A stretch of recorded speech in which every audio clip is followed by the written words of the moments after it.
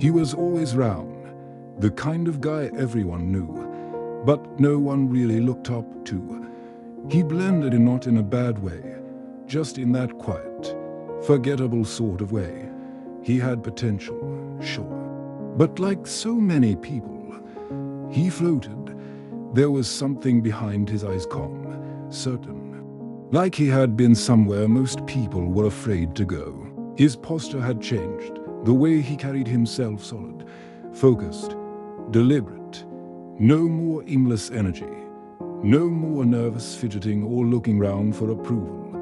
When he looked at you, it felt like he actually saw you. All the things he had been avoiding for years, the insecurities, the regrets, the self-doubt rose to the surface like poison in still water. The early hours became sacred. No noise, no distractions, just intention. Cold showers followed, not because he wanted to suffer, but because he needed to teach his body who was in control. Each uncomfortable moment was a reminder that growth lives on the other side of resistance. That meant fewer conversations, fewer obligations, fewer meaningless interactions. People didn't get it. They said he was obsessed, that he was going too far, but he didn't care.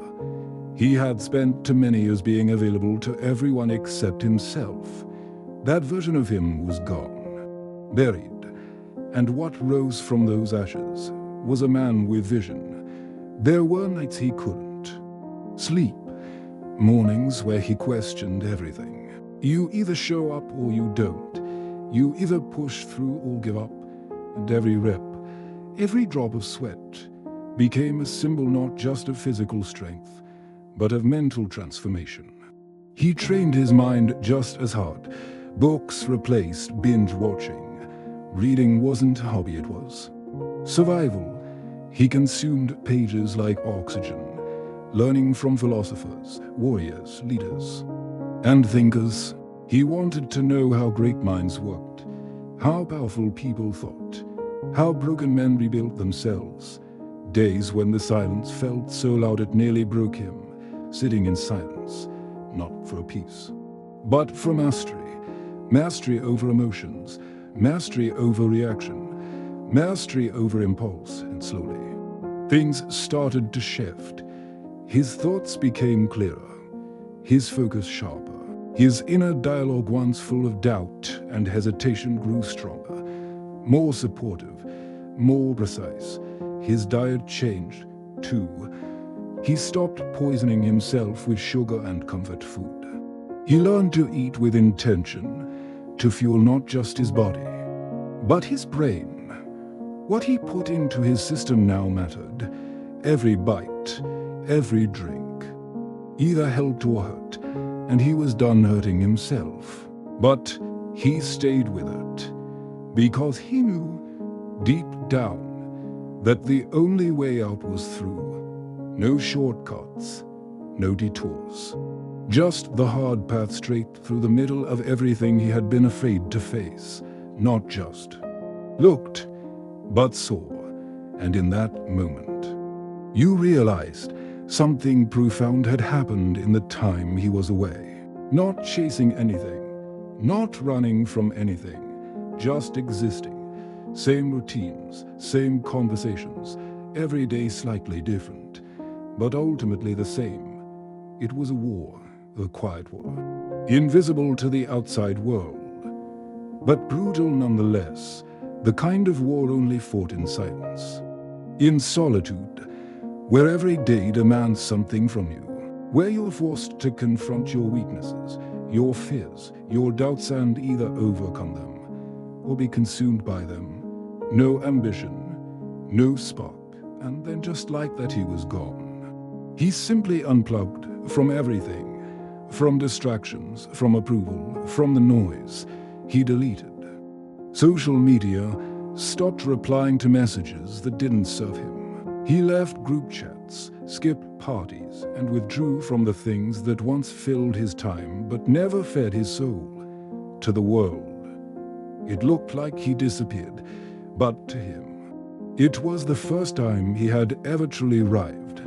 No dramatic announcement, No emotional goodbye. One day, he was there, and the next day, nothing. Messages went unanswered. Social media sent. It wasn't like him. Not really. People wondered if something had happened. But eventually, life moved on without him. Weeks passed, then months, and the memory of him started to fade. Until one day, without warning, he came back. Only this time, he was different. Not just a little different. Unrecognizable. At first glance, it was hard to explain. He didn't say much, but when he did, you listened. What happened in those 6 months wasn't an accident. It wasn't the result of chance or some external rescue mission. He didn't run off to a mountain or fly to some faraway retreat. The beginning was ugly. He didn't feel peace. He felt panic. He started small, waking up early not for the aesthetic, not for social bragging rights, but because he realized he had wasted enough time sleeping through his life. The gym became his sanctuary, not because of vanity, but because the iron doesn't lie. You can't fake discipline with weights. Meditation became his reset, not some fluffy concept, but real, gritty presence. Time became his most valuable asset. He tracked it, guarded it, cut out everything that wasted it. When he finally returned, he didn't need to announce anything. His presence did it for him. People noticed the glow, the energy, the shift. Old friends were confused. Some felt inspired. Others felt threatened. That's what growth does. It shines a light on people who haven't moved. But the real transformation was internal. He had faced himself in the mirror and chosen to do something very few people ever do. He changed. Not because he had to, but because he refused not to. Because he finally saw what he could become if he stopped lying to himself. But in that time, he lived more than he had in years. Not because of the time that passed, but because of what he did with it. Focused. Consistent, honest. Brutal, soul-shaking honesty. What if you stopped explaining, stopped justifying, and just started doing the work? No announcements, no noise, just effort. Quiet, persistent, powerful effort. If he stopped settling for the version of life that was handed to him and started creating the one he was destined for. They joked about his discipline, mocked his routine, called it a phase. It's about disappearing into the depths of your own soul, pulling yourself apart, examining every broken piece, and deciding every single day to keep going. A real decision. To disappear for a while, to say no to distraction, to say yes to growth, and when you return, because you will, you won't need to explain anything. Your presence will say it all, even when it hurts, especially when it hurts. It's about sacrificing comfort, popularity, and distraction for purpose, peace, and power. But he didn't flinch. He wasn't chasing approval anymore.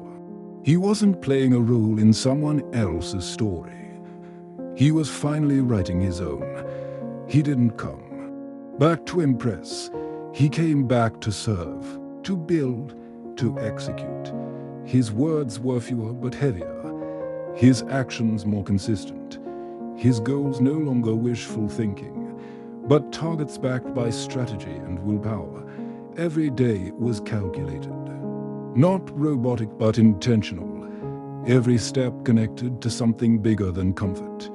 He wasn't just existing anymore. He was advancing, quietly, relentlessly. Proof that anyone, regardless of where they start, can rewrite their story. The blueprint is simple, but the execution is brutal. You must be willing to let go of everything that's holding you back. Your excuses, your distractions, your fear of judgment. You must be willing to step away, to isolate, to confront, to rebuild. And it wasn't just physical, sure. He looked different, leaner, stronger, sharper. That's the part most people don't understand. Real change isn't glamorous.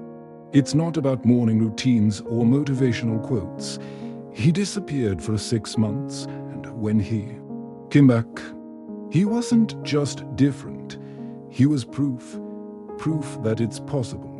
6 months, that's all it took.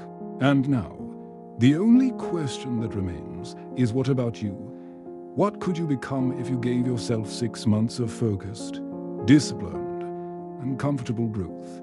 You don't need permission. You don't need perfect conditions.